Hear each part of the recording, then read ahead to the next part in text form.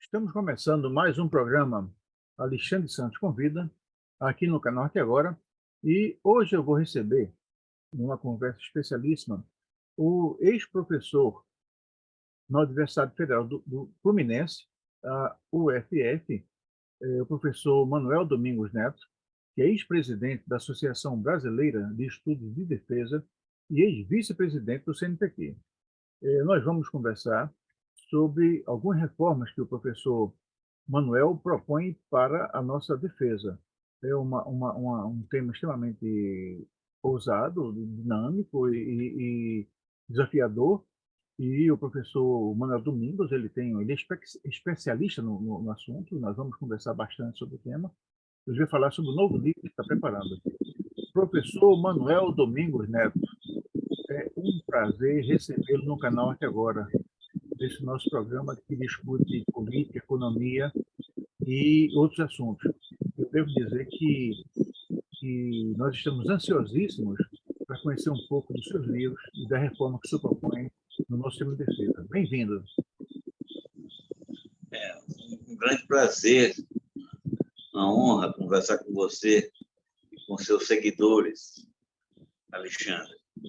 Bom, eu sou forçado a lhe fazer uma pergunta. A primeira pergunta que eu faço aos nossos convidados, ela cumpre dois objetivos. O primeiro objetivo é contextualizar a participação do convidado no programa.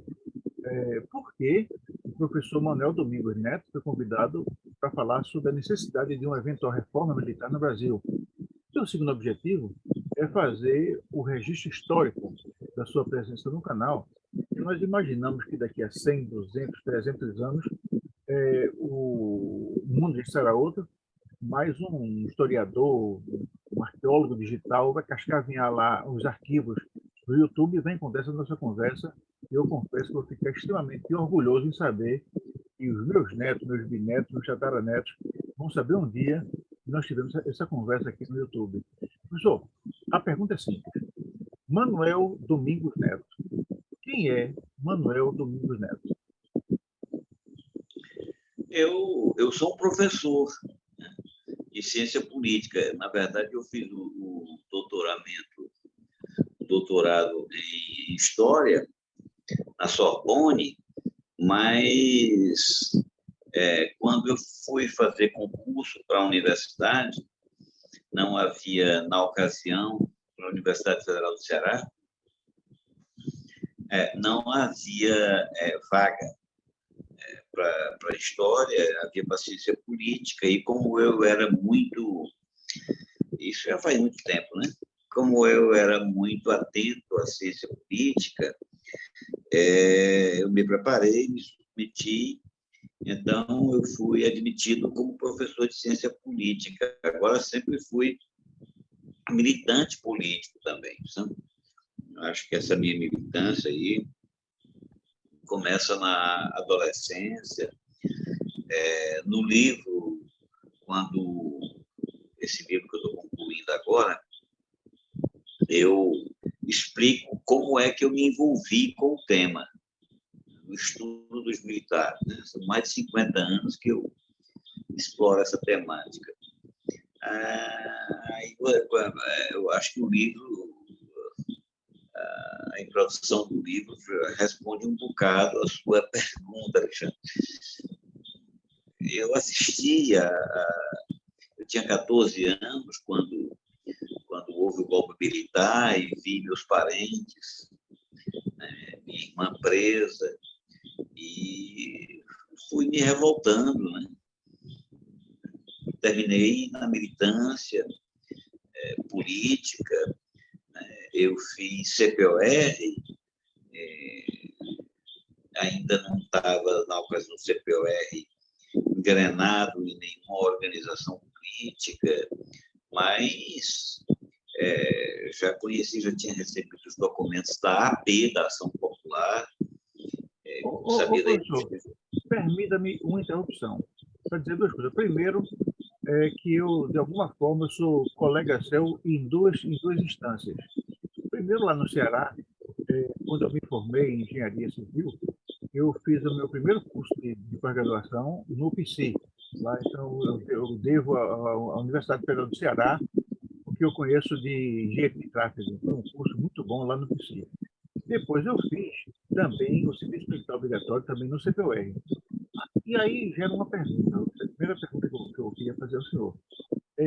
Quando eu, de 2014 para cá, as relações no setor, os grupos de Zap no setor começaram a ter um acirramento muito grande.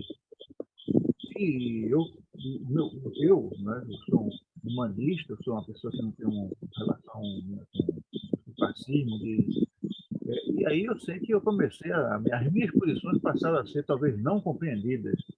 E eu passei a ser chamado de comuna, passei a ser chamado de petralha, passei a ser chamado. E no final eu pedi ambiente para estar ali com o meu pessoal. Né? Pessoas que eu tenho relação fraternal, eu sou muito amigo, mas no grupo eu senti alguma dificuldade. E eu desisti de participar do grupo. O grupo de Zap depois não participo mais. E algum deles, o meu amigo Nascimento, perguntou: você não vai voltar lá? Eu disse: eu voltarei lá depois que eu retornar de Londres. Ele disse assim: você vai para Londres? Eu disse: não tenho universo marcado para Londres. Mas só volto no grupo depois que eu voltar em Londres. E seguramente, se o pessoal estiver do mesmo jeito, eu farei outra viagem. Não, a sua turma do CPOR também é muito conservadora ou tinha muita gente aproveitável? Todos, isso integra o que se chama usualmente de família militar.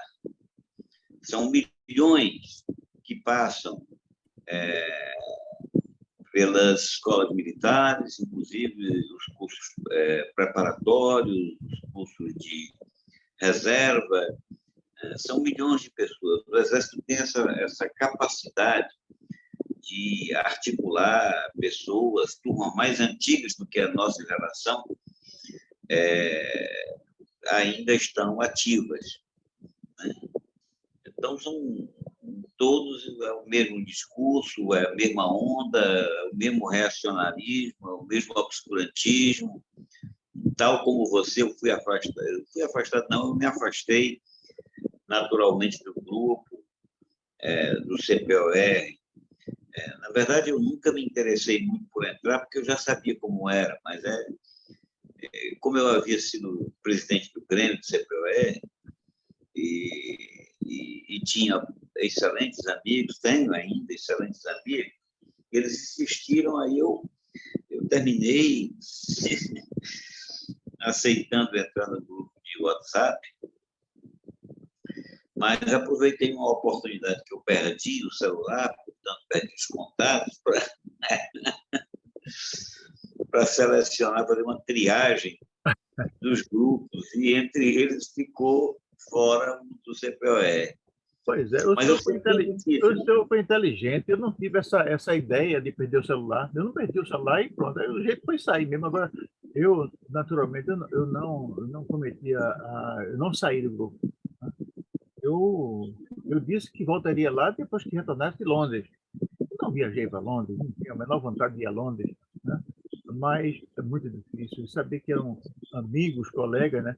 É uma espécie de lavagem cerebral. Eles passam sei lá, todos viraram terraplanista, né? Não sei, é uma coisa de cabeça, né? Assim, o Exército tem, as Forças Armadas têm essa faculdade de mobilizar milhões de pessoas, né? Ex-alunos do CPOR, ex-alunos dos colégios militares, né? Todos que passaram pelas fileiras são convocados, e a imensa maioria, né, comunga de de nostalgia pela ditadura e vai atrás aí, segue esse pensamento obscurantista. Eu acho que o ativismo militar tem na chamada família militar, que envolve, inclusive, parentes mesmo, um dos seus esteios, uma das suas pilastras. O ativismo militar conta com a família militar. Como eu disse, são milhões. Perfeito. Professor, talvez a gente pudesse conversar um pouco sobre o livro que está preparando, está lançando agora, nesses próximos 2 meses, né? Porque é uma coisa instigante, né? Reforma militar. E eu não sei se isso é um tema tabu em alguns circuitos, se a gente tem a esperança de que algumas cabeças mais brilhantes possam acompanhar o seu raciocínio. Eu acho, depois do que eu ouvi o ministro novo, o comandante do Exército falar, eu confesso que fiquei um pouquinho otimista, viu? Porque os antigos eram terríveis, né? Se o senhor aceitar essa minha proposta, eu poderia falar um pouco sobre o seu próprio Olha, livro, né? é um prazer conversar sobre o livro. Eu estou concentrado há alguns meses nesse livro e eu proponho uma reforma porque não vejo que haja disposição, que tenha havido, né? Disposição no Ministério da Defesa de mudanças essenciais para a proteção do Brasil, para a segurança do Brasil e para a segurança da democracia, né? Para digamos, para manter a nossa liberdade. Eu acho que nós precisamos de profundas mudanças nas Forças Armadas brasileiras, porque o mundo sofre um reordenamento, há uma nova ordem mundial eclodindo, e nesses momentos, nesses períodos de transição de ordem, o comum é a explosão de conflagrações, né? Sendo a última a Guerra Mundial, né? A última Guerra Mundial.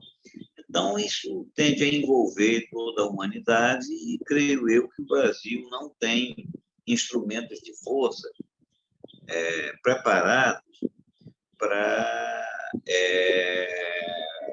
enfrentar, para sustentar uma política externa independente, enfim, para sustentar a sua soberania. Nós seremos envolvidos e não estaremos com o devido preparo, Alexandre.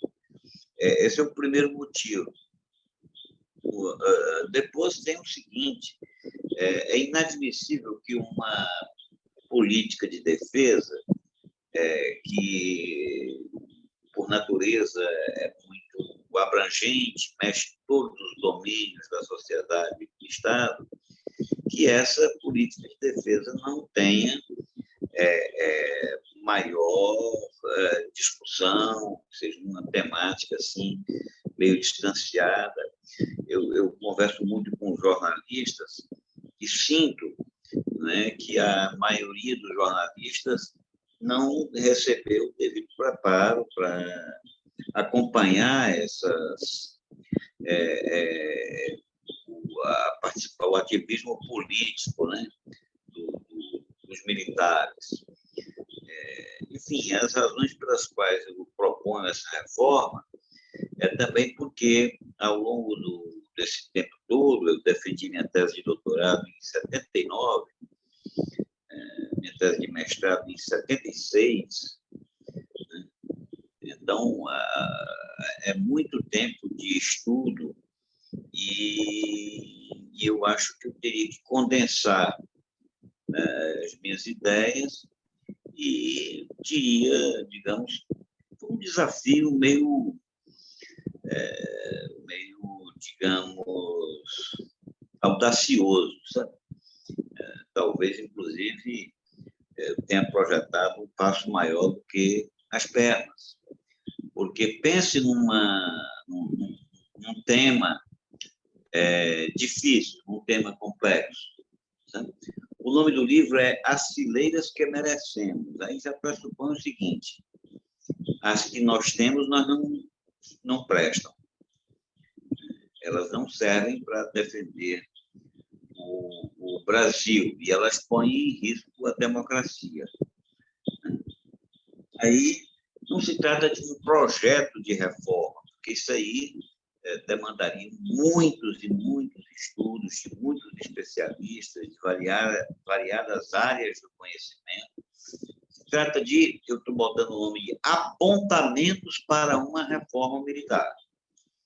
Nós ouvimos falar de reforma agrária, de reforma do judiciário, de reforma da educação, de reforma universitária, de reforma tributária, e a reforma militar é uma coisa absolutamente distante do nosso cotidiano, em que pese todo o histórico brasileiro de intervenções castrenses na política. Nós temos uma experiência muito pesada de intervenção, não obstante, nós desconhecemos, o brasileiro médio desconhece o militar, assim também como eu acredito que o militar tem convicções arraigadas acerca da sociedade brasileira. Ele não conhece, digamos, a sociedade. Ele projeta uma sociedade, ele quer uma sociedade no modelo do quartel, segundo a ótica do quartel. Isso não de agora, ao longo do tempo, isso foi se manifestando. Então, é isso. O livro, eu discuto conceitos, explico. Não é um livro acadêmico, é um livro para o brasileiro letrado, que tenha um certo nível de conhecimento, de compreensão do nosso processo histórico, né? E que tenha um certo interesse. Eu, por exemplo, eu não coloco notas de rodapé, não remeto a documentos, não é? Eu procuro fazer uma redação testemunhal, porque vivi muito a experiência, conversei com muitos generais, com muitos comandantes, dei aula para muitos comandantes, frequentei escolas militares, fui convidado a falar nessas escolas, as altas escolas militares. Então, é um livro meio testemunhal. Eu tive que remexer em anotações muito antigas, sabe, Alexandre? Coisas que eu nem sequer me lembrava mais de ter escrito, né? Aí eu remexi em tudo e, na verdade, eu fiz um convite aos meus colegas. Eu fui presidente da Associação Brasileira de Estudos de Defesa, que reúne os especialistas na área. Aí, quando eu me dei conta de que os meus colegas estão muito mais envolvidos em explicar o que se passou e o que está se passando do que exatamente em pensar no que pode ser. Acho que o Ministério da Defesa não está preparado para isso, para projetar. Ele segue a orientação aí estabelecida pelas corporações. E também, para concluir, acho que os presidentes da República, nenhum deles mostrou efetivo interesse em conhecer a temática. A temática, na verdade, são duas temáticas. A da defesa nacional, que é algo muito mais amplo do que as corporações, né? E as corporações, propriamente dito. A defesa envolve política externa, política científica, envolve muitas coisas, a economia, né? E os negócios militares, eles dizem respeito às corporações, especificamente. Então, o meu estudo, né, é um estudo propositivo. Ele mergulha um bocado no passado, mas sempre para iluminar as proposições. Acho que o Brasil precisa de mudanças no Estado, é um Estado garantidor do legado colonial, com o escravismo, com o patriarcalismo, né? É um Estado um pouco afeito a respeitar a sociedade, e o braço armado desse Estado foi decisivo para a manutenção desse país, para a construção desse país que nós temos, um país profundamente desigual, né? Injusto, agressivo, que precisa de mudanças sociais profundas. Ô, professor, uma coisa que sempre me chama a atenção é que os militares, oficiais do Exército e das Forças Armadas, de modo geral, em princípio, eles são oriundos da classe média baixa. Eu não conheço nenhum militar que tenha chegado lá rico, né? Famílias ricas, antigamente, é que tinha esse processo de colocar um para ser padre, outro para ser militar, enfim. Mas, de modo geral, as pessoas que vão para a AMAN são da classe média, não são da classe média abastada, não, da classe média mediana ali e tal. E depois, eles, ao invés, quando eles adquirem o oficialato, eles passam automaticamente, como médico não, a se alinhar com as nossas elites, né? Eles têm formação popular, mas é como se ao longo, ao longo do período nas academias, eles fossem distanciando. Será que esse tipo de comportamento do nosso oficialato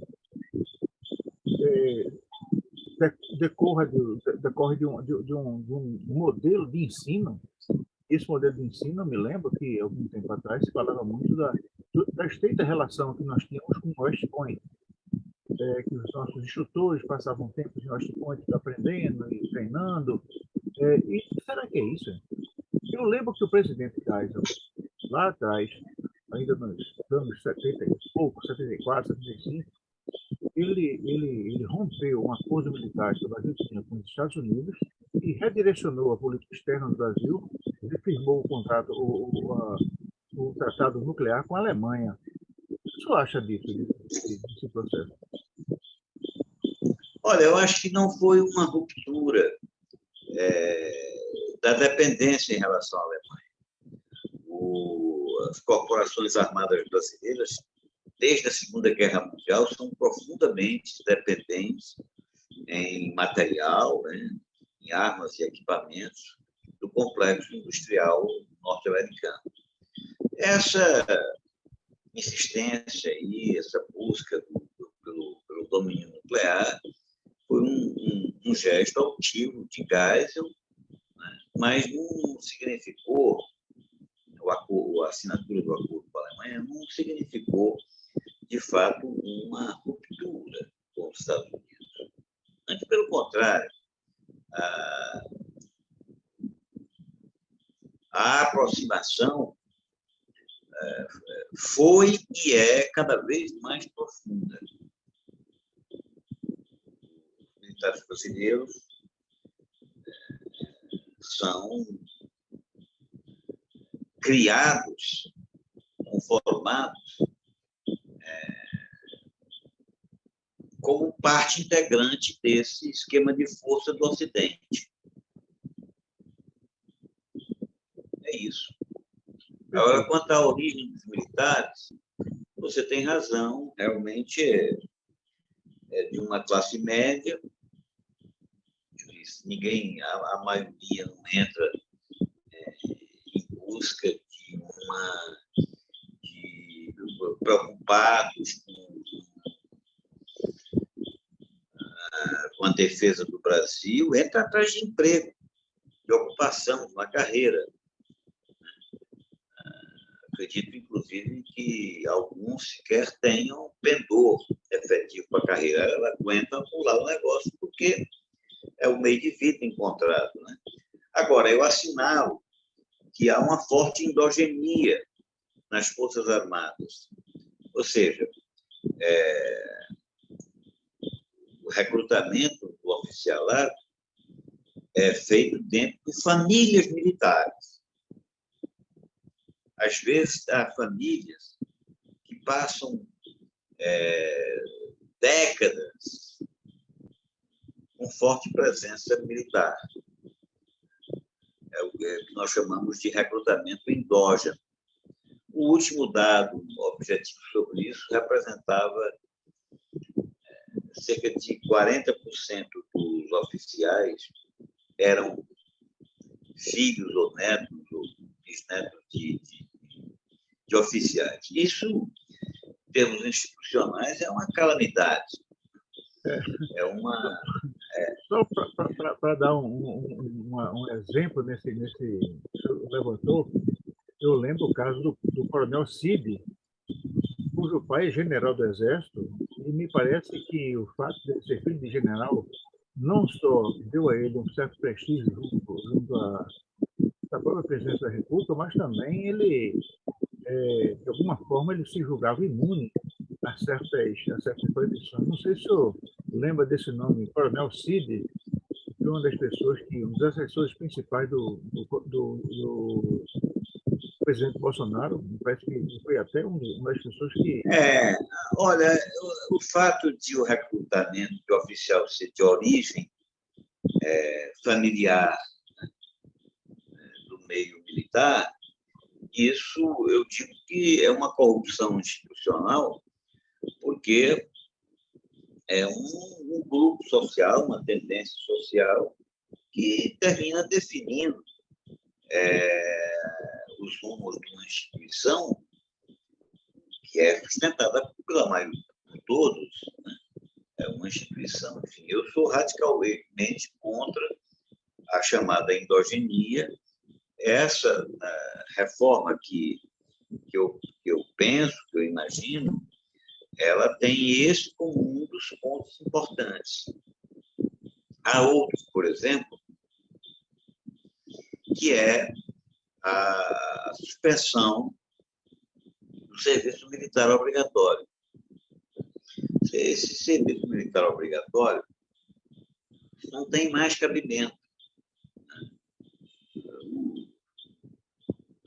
Do ponto de vista do interesse popular, na verdade, isso nunca teve cabimento.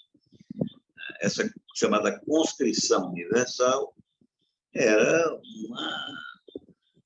foi um esforço para compor os exércitos imperialistas que estavam no século XIX,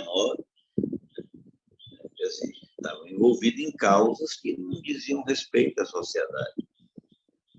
Agora, hoje, nem sequer esses exércitos imperialistas adotam isso. A permanência do serviço militar obrigatório é como se fosse um domínio que o Exército, a Marinha Aeronáutica, pretendem exercer ou continuar exercendo sobre a sociedade. A pessoa, todo homem tem que estar em dia com o serviço militar. Isso é um controle, né?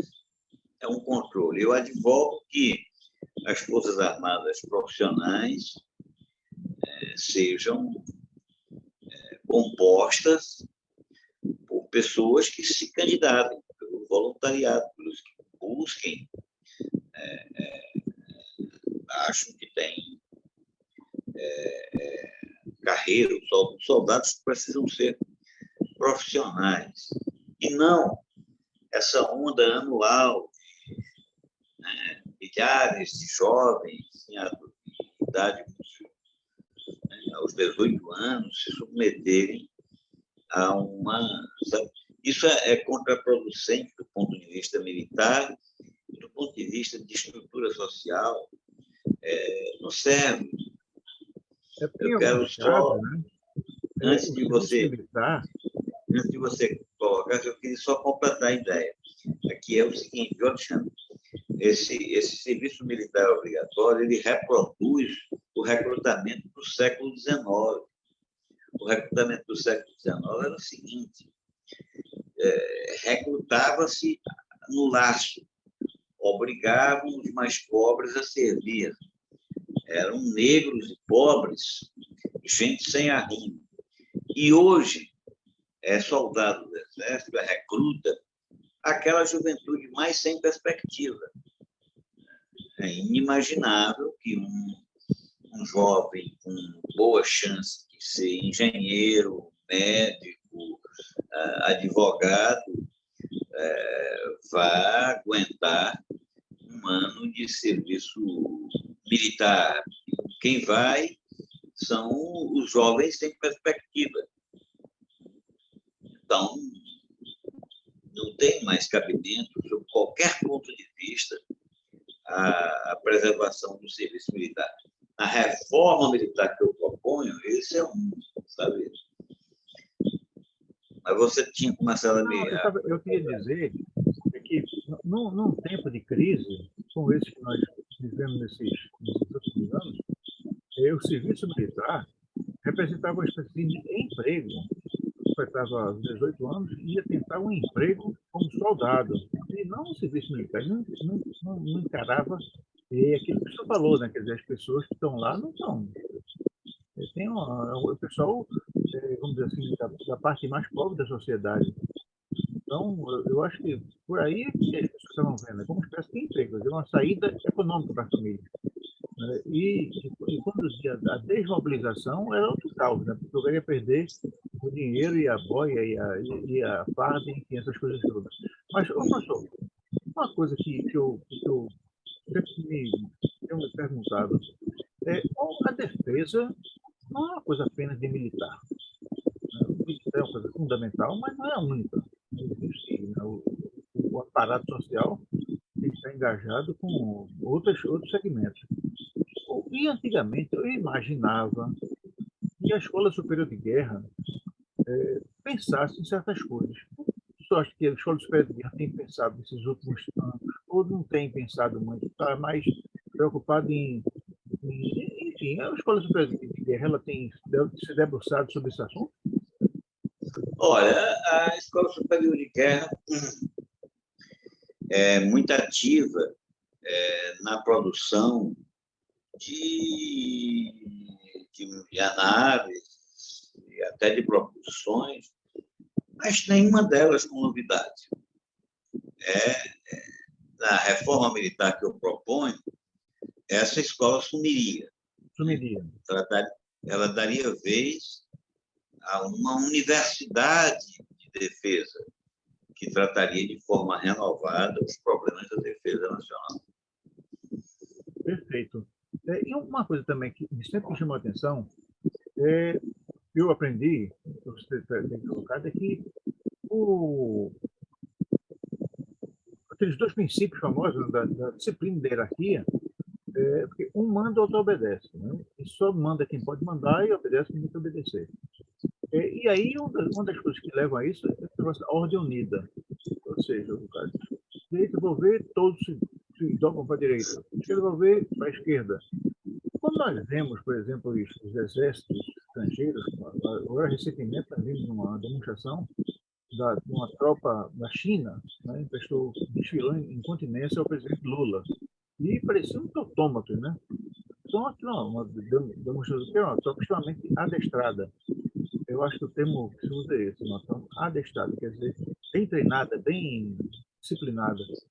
O senhor acha que esse sistema de ordem unida ainda é atual ou já podia passar por algum tipo de ajuste? Não, a ordem unida é fundamental, porque, veja, ela dá o sentido de unidade, de grupo, de treinamento, de obediência rigorosa. Homens, quando vão guerrear, combate de vida e morte, eles precisam estar bem sincronizados. Não, mas, eu sei, então, não, mas, a Ordem Unida serve para isso, para preparar. Eu não me referia à Ordem Unida em si. Eu me referia ao tipo de Ordem Unida que é aplicada, né? Ao quê? Ao tipo de Ordem Unida que é aplicada, né? Ordinário macho, direito envolvente. Ela é igual em qualquer lugar do mundo. É? Ela é igual, ela é padronizada, ela é universal e atemporal. Isso é muito antigo. Você vê, o Lula foi recebido lá, né? O maior gesto, o maior ícone de respeitabilidade em visita de chefe de Estado é exatamente a revista Tropa, que mostra que o Estado é força, é dominação exercida pela sociedade. Quando vem alguém de fora aqui, vai, a demonstração de respeito ao outro é a continência da tropa. Essa simbologia, eu não creio que ela vá deixar de existir enquanto existir o Estado. Enquanto o Estado existir, ele vai ter instrumentos de força, e esses instrumentos de força são adestrados, precisam ser forçosamente adestrados, porque homens armados são perigosos. Se não estiverem submetidos a uma disciplina rígida, aí o risco de virar bando e de descontrole é muito forte. Agora, é interessante que acham bonito a Ordem Unida, né? É um espetáculo que impressiona. Não, é orgulho, né? Serve, inclusive, de intimidação à sociedade, porque passa uma ideia de sincronismo, de força, né? Do ponto de vista estético, muito. Vamos complicar um pouco essa nossa conversa. Como? Vamos complicar um pouco a nossa conversa. Deixa eu fazer uma pergunta aqui em relação à relação internacional. O presidente Lula, ele tem uma visão, me parece, diferente de outros presidentes. Ele investe muito nos BRICS. E agora, nessa viagem que ele fez à China, ele não só, ele de alguma forma, ele atingiu a relação do Brasil com os Estados Unidos, quando ele substitui o dólar de forma correta, substitui o dólar, mas no comércio com a China, mas pouco depois ele avisou que seria muito conveniente que os BRICS também tivessem mecanismos de pagamento do comércio entre si que dispensassem o dólar. Quando ele viajou à Argentina, também houve alguma coisa nesse sentido, que no comércio entre Brasil e Argentina o dólar fosse dispensado. E pouco depois, sintomaticamente, o ex-presidente Donald Trump, numa entrevista, ele falou que no dia que o dólar deixasse de ser a moeda mundial, os Estados Unidos estariam fracassados. E isso talvez tenha algum tipo de implicação do ponto de vista político e geopolítico. O senhor acha que isso pode, de alguma forma, alterar algum tipo de relação do Brasil da América Latina, nas Américas? Altera no mundo todo. O reordenamento mundial, mudança de hegemonia, altera todas as relações de força entre os Estados. O caso aí da moeda me parece muito relevante, porque a moeda ela é definidora de quem manda. O reconhecimento da moeda norte-americana, um padrão troca, como meio de troca internacional, isso caindo é sinal de que uma nova era começa. E talvez, eu acho que talvez esteja pensando muito alto, mas será que o acirramento da guerra no leste europeu, estimulado pelos Estados Unidos com fornecimento de armas, não já faça parte dessa uma consequência desse rearranjo que está acontecendo na geopolítica mundial? Olha, é claro que sim, é parte, é um lance. O reordenamento mundial, ele, pelo menos a experiência histórica, mostra que ele não é feito subitamente. Ele é feito ao longo, sofre um processo alongado, podendo, inclusive, ser, por exemplo, a hegemonia norte-americana. Ela começa em 1870, a partir da guerra da guerra civil, né? E ela ganha um passo firme durante a Primeira Guerra Mundial, entre 1914 e 18.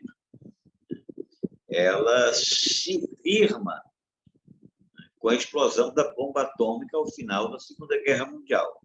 Aí, então, os Estados Unidos anunciaram ao mundo quem é que daria, quem é que definiria a música a ser dançada pelos povos. E é orquestrada. Agora, não foi, quer dizer, foi um exercício de hegemonia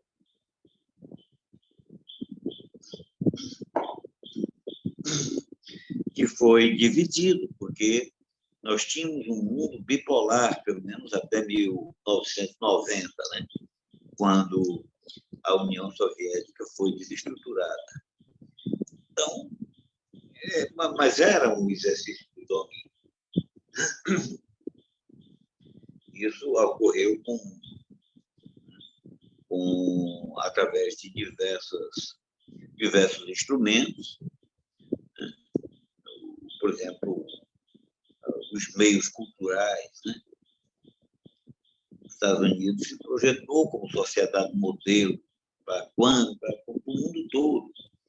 Ele se projetou também como modelo de desenvolvimento econômico, de vida, de regime político.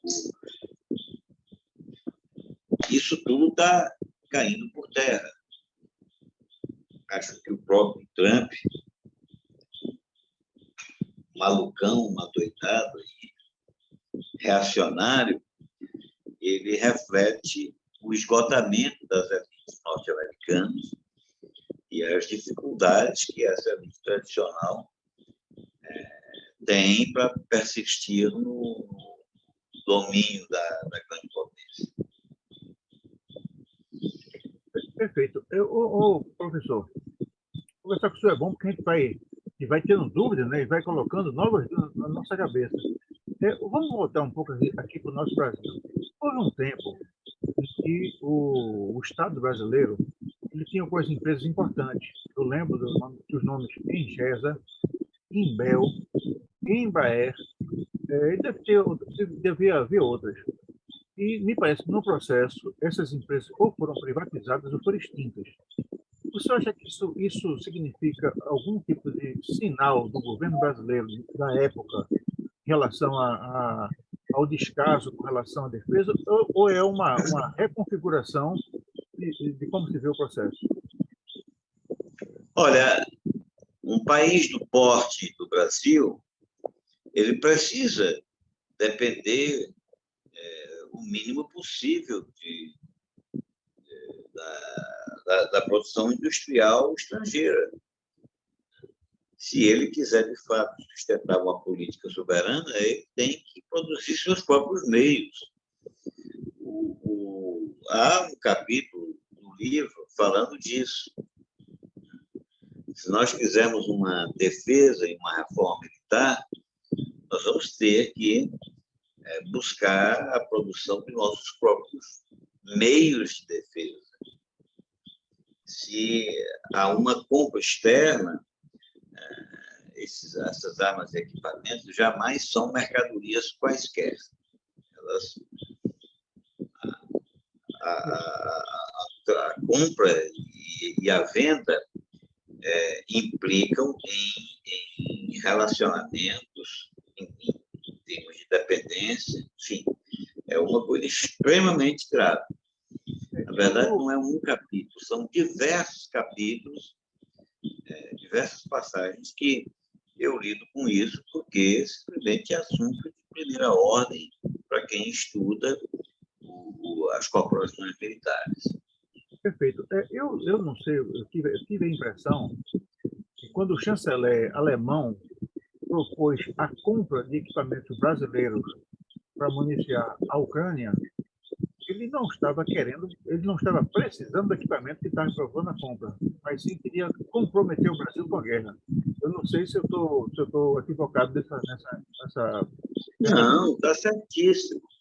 Está certíssimo. O Brasil foi testado, felizmente o Lula teve a compreensão e evitou. Para quê? Nós endossarmos.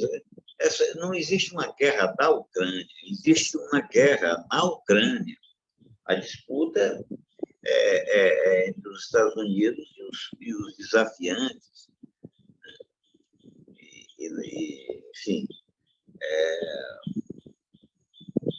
a posição do Brasil ainda não está bem clara, bem definida, sobre todos os aspectos, mas o Lula tem condenado a guerra dos dois lados. Ele tem buscado não dar, digamos, não definir apoio a nenhum dos lados. Inclusive, ganha destaque mundial quando propõe um entendimento, né, para pôr fim à guerra. Eu lembro que quando o presidente Lula tomou posse do primeiro mandato, coincidiu com a invasão do Iraque pelos Estados Unidos. E, na época, o presidente Bush pediu que o Brasil aderisse àquela coligação, aquela união de países que participou da invasão ao Iraque. E o presidente Lula disse, não, a nossa guerra é outra, a gente não vai entrar nisso. Mas eu fico imaginando, professor, se o nosso presidente, na ocasião, não fosse Lula e fosse o Fernando Henrique Cardoso. Eu lembro que, durante o governo de Fernando Henrique Cardoso, o período de serviço militar, num dos anos, foi de apenas 4 meses, porque não havia recursos para bancar a alimentação dos soldados. 4 meses, o cara não aprende nem a bater continência, nem a prestar continência. Eu acho que ele não aprende nem a apresentar armas. Né? Será que isso será que essa fragilização que nós assistimos nas Forças Armadas Brasileiras não fez parte de uma coisa maior, de talvez a adesão do Brasil à ALCA, enfim, alguma coisa assim? Claro que sim. Olha, a relação externa é umbilicalmente ligada ao aparato de força dos Estados. Agora, você mencionou o Fernando Henrique, eu quero dizer o seguinte, eu acho que o Fernando Henrique teve algumas posições avançadas, inclusive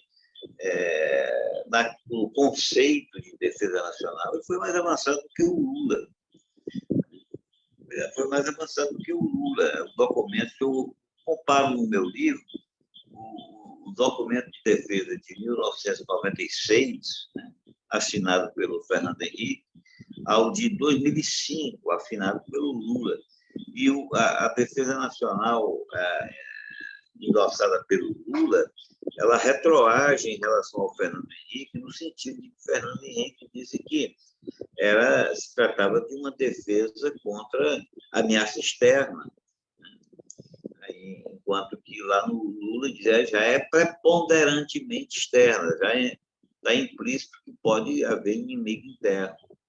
No meu livro, eu digo que as fileiras que nós merecemos devem sepultar o conceito de inimigo interno. É esse conceito que funda toda todo um sistema repressivo que legitimou, que buscou legitimação para o arbítrio militar, está associado enfim, ao autoritarismo, sabe?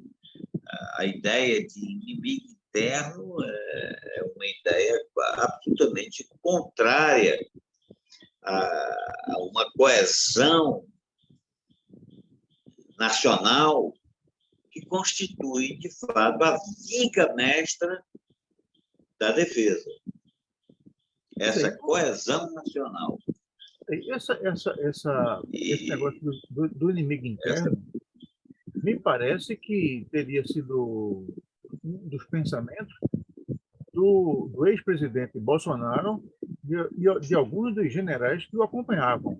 Talvez o Braga Neto, talvez o Augusto Heleno, talvez o próprio, enfim, porque era como se o povo brasileiro tivesse contra alguma coisa, que nós fôssemos inimigo. Eu não sei se eu também teve essa impressão. Olha, foi de uma irresponsabilidade inominável. Ele queria mostrar serviço, ele queria ocupar o tempo todo, causar, como se diz, né? Sensação. Não há qualquer cabimento em guerras. Seria uma tragédia. Seria uma tragédia porque o que nos interessa guerrear contra os nossos vizinhos? Antes, pelo contrário, eu diria que a grande viga da defesa nacional é a coesão dos brasileiros. E a segunda é a amizade com os vizinhos. Então, o que nós precisamos é cultivar o aprofundamento dessa relação de amizade. Os países sul-americanos, em particular, não podem persistir de costas uns para os outros, e o Lula já compreendeu isso, tanto é que foi no governo de Lula que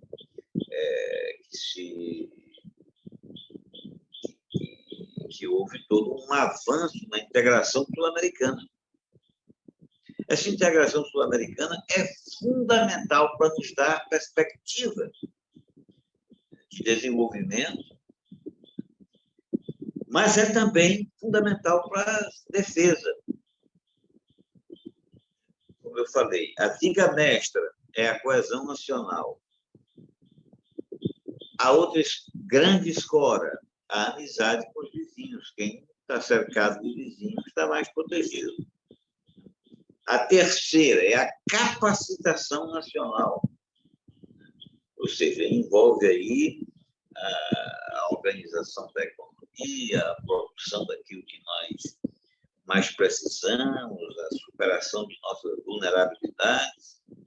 E o quarto elemento da defesa, que é a Força Armada propriamente dita. Essa que precisa ser reformada, porque ela não favorece a coesão social. Perfeito. Bom, professor, existem algumas coisas que nós vemos de longe e a gente talvez não perceba se existe alguma coisa que nós não conheçamos. Mas veja bem, o sul do país, aquela região das Missões, aquela região do Paraná, do Rio Grande do Sul, está sob o aquífero Guarani, né? Quer dizer, uma reserva de água aqui, e todo mundo sabe que no futuro breve a água vai ser uma coisa muito importante, né? A nossa costa, nós temos o pré-sal. O pré-sal foi o presidente Temer se encarregou de alguma forma desnacionalizar o pré-sal, mas o pré-sal está aí e a gente tem que ter um cuidado com ele, porque pode ser que ele volte para a gente. No norte do Brasil, nós temos o petróleo na bacia do Orinoco. Tem muita coisa na Venezuela, mas tem muita coisa no Brasil. E um negócio que é interessante, há pouco tempo atrás, eu estive num encontro de engenheiros lá no Ceará, em Fortaleza, precisamente em Fortaleza. É uma cidade maravilhosa, tem muita saudade de Fortaleza, muita saudade mesmo. Pois lá, nós estávamos conversando e havia uma palestra de uma diretora da Petrobras. Isso foi durante o governo Temer. E, quer dizer, faz uns 5 anos. E lá ela relacionou as maiores jazidas de petróleo países que detinham reservas de petróleo. E, sintomaticamente, a Venezuela não aparecia. Não aparecia a Venezuela.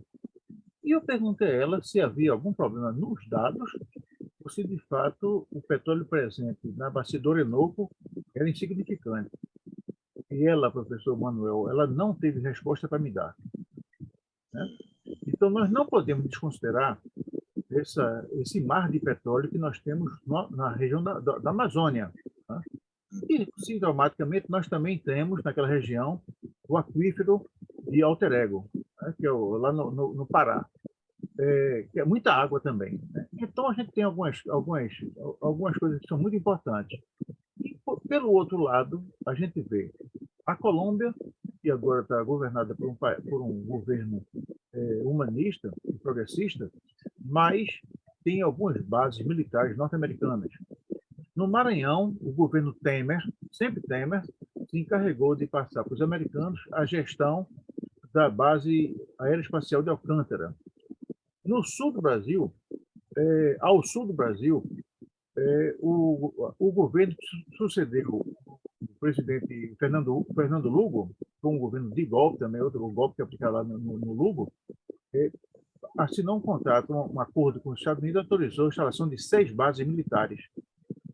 E a gente nota que, e atualmente, quer dizer, fora isso que eu falei, nós percebemos que existe no entorno do Brasil, um esforço muito grande das forças conservadoras e reacionárias de retomarem postos de comando. Continuam pressionando, começaram a pressionar a Colômbia, teve um atentado contra a presidente e vice-presidente da Colômbia. A Venezuela, nós sabemos, a Argentina vai ter eleição agora e não querem que a presidente Cristina Kirchner dispute a eleição. No Equador, o Rafael Correa não pode disputar a eleição. Enfim, isso tudo, esse panorama que eu tracei, aponta para algum tipo de providência na área de defesa. O senhor percebe nas nossas autoridades preocupação com relação a essas coisas, ou tudo isso que eu estou falando é fichinha? Não, eu acho que o governo está muito antenado, né? Nós temos um grande diplomata, muito experimentado, de posição muito clara em defesa do Brasil, e é óbvio que os Estados Unidos vão buscar permanentemente a desunião sul-americana, com bases aqui na Colômbia, com intervenções em cada estado, esse tumulto que ele praticou, né? Prejuízo causado à economia venezuelana. Enfim, acho que a posição brasileira sobre o governo Lula é uma posição mais de aproximação da América do Sul, porque isso abre perspectivas de desenvolvimento e eu complemento. É um ponto relevante na defesa nacional. Bom, eu acho que essa nossa conversa ela é extremamente esclarecedora. Nós jamais tivemos no canal até agora uma conversa com alguém tão conhecedor do assunto e que propõe, através de um livro, a reforma militar do Brasil. Eu espero que ter convidado, eu irei ao Ceará para o lançamento do livro, faço questão de estar presente, porque é uma coisa importante. Enfim, e o canal está aberto a novas conversas sobre esse tema, que é um tema extremamente importante, que talvez algumas pessoas não percebam o alcance econômico, o alcance diplomático, o alcance social do tipo de reforma que o professor Manuel Domingos Neto está propondo. São apontamentos, mas que devem ser bastante cuidado. Eu espero que o Congresso Nacional, em algum momento, se debruce sobre esse tema, porque nós vamos precisar disso. Bom, eu falo agora com você que está em casa. Se você ainda não é inscrito no canal até agora, por favor, se inscreva. Existe uma tecla digital, você clica nela, se inscreve, não paga nada a ninguém, E a gente, com isso, a gente manda uma mensagem ao mundo de que nós acreditamos que através da arte, da cultura, da ciência, da tecnologia, do respeito à pessoa humana e do respeito ao meio ambiente, e de muito boa vontade, a gente pode construir um mundo melhor para todos. Um mundo que não é bom para todos não vale muito a pena. E alguém me lembrou para falar de um tal de sininho. Tem um tal de sininho também, que você clica no sininho e a gente vai ficar, você vai ficar sabendo exatamente todos os novos programas da nossa, assim que o canal Arte Agora colocar alguma coisa nova, você vai ficar sabendo. Tem uma programação muito intensa, muito boa. E vou passar a palavra agora para o professor Manuel Domingos Neto, professor despedido. Professor, palavra é sua. Olha, eu adorei conversar com você, Alexandre. Espero que nós possamos nos encontrar em breve. Para mim será um prazer voltar a Recife para o lançamento do livro. Enfim, há muito o que conversar, o que discutir, o que se pesquisar nessa área tão delicada para o futuro do Brasil, da nossa sobrevivência como nação, como país independente, como país soberano. Um grande prazer e um abraço apertado aí.